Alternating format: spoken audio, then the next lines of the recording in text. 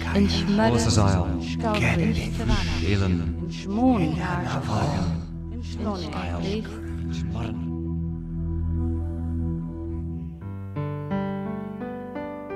The Islands of Loch Lomond.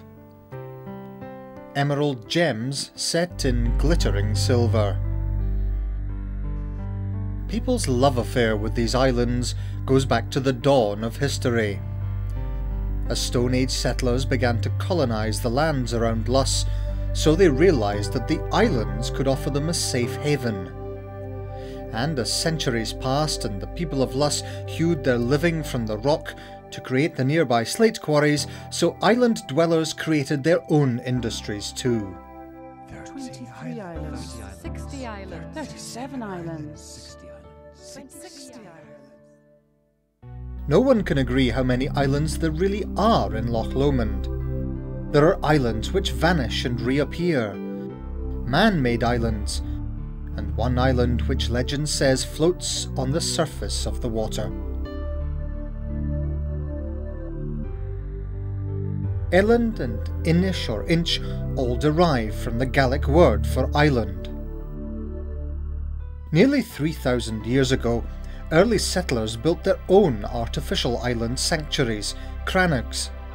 There were at least 10 of these on the loch, protecting the inhabitants from wild beasts and human intruders.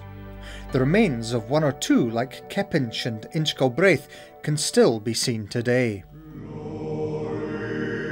As Christianity spread, Loch Lomond became a haven for early missionaries. In the 6th century, St Kesag founded a church at Luss and a monastery on nearby Inch Tavanach. St Kentigernach came to Inch Cailleach, the old woman's island, perhaps named after the nunnery which grew up here. And Inch Murren takes its name from St Mirren.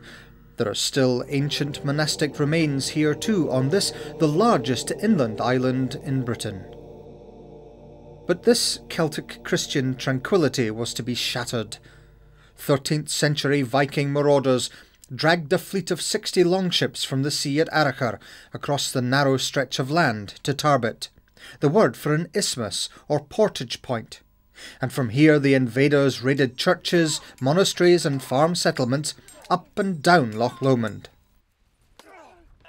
As the fierce Norsemen were eventually driven from the loch, its islands and surrounding lands witnessed a new period of struggle.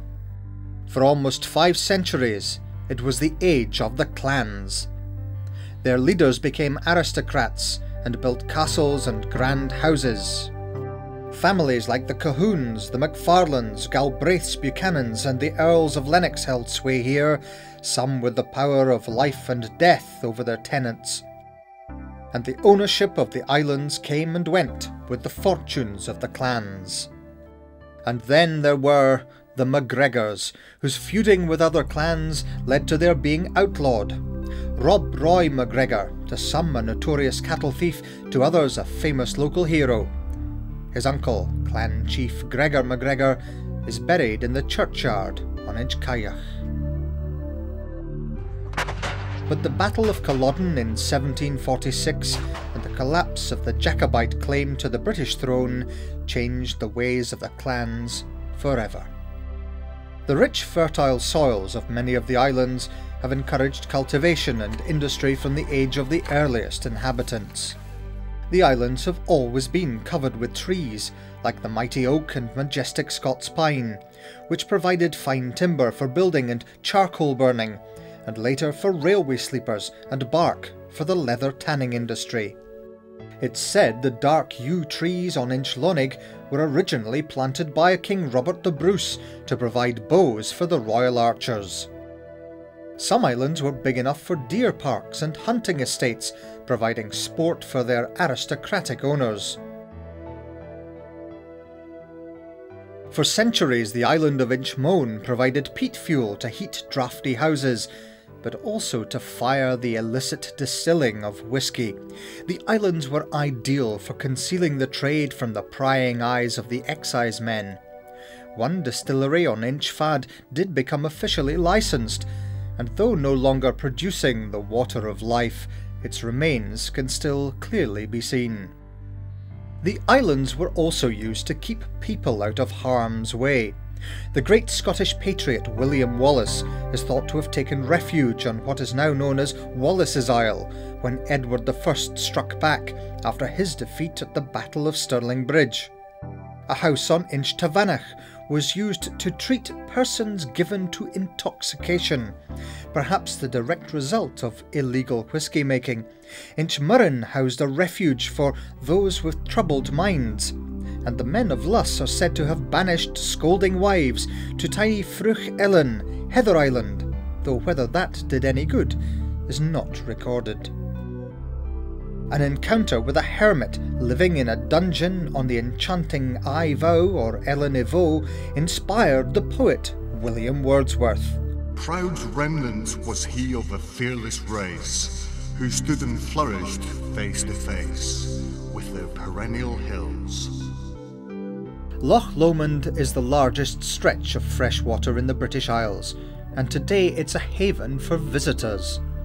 The loch and its islands form a unique refuge for a huge variety of wildlife, from fallow deer to giant pike, from eagles to waterfowl, and from the loftiest pine to the gentlest wood anemone. Here you'll also find the most southerly population of the spectacular capercaillie in Britain. The importance of these rare habitats has been recognised under international accords. That's why in our management of Scotland's first national park, we have a duty to protect and conserve native animals and birds, flowers and trees, while promoting your enjoyment of the area and supporting the interests of local people. It's also why we must make sure our visits to these special places cause the minimum of noise and disturbance. Keep to the paths where you can. Leave only footprints. Take only pictures. People have appreciated the delights of Loch Lomond for thousands of years. Now much of the loch and its islands are specially protected to ensure the right balance between recreation and the conservation of this rare and beautiful environment.